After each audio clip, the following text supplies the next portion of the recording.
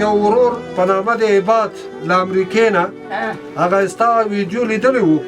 نو دغه شیان چې دا یو پکې اوړه دي وریژې دي او لوبیا ده او دال ده بوره چای غوړي او صابون دا مې درته راوړ نو الله پاک دې درسره کوي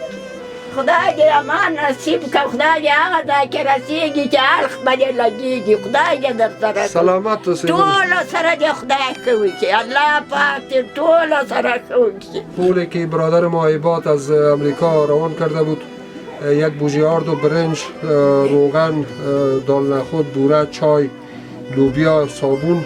همین رو به این مادر آوردم که بسیار مستحق بیچاره بود. الله امتحان برای شما برای همگی اجر نصیب بکنه. جزاک الله خیرا.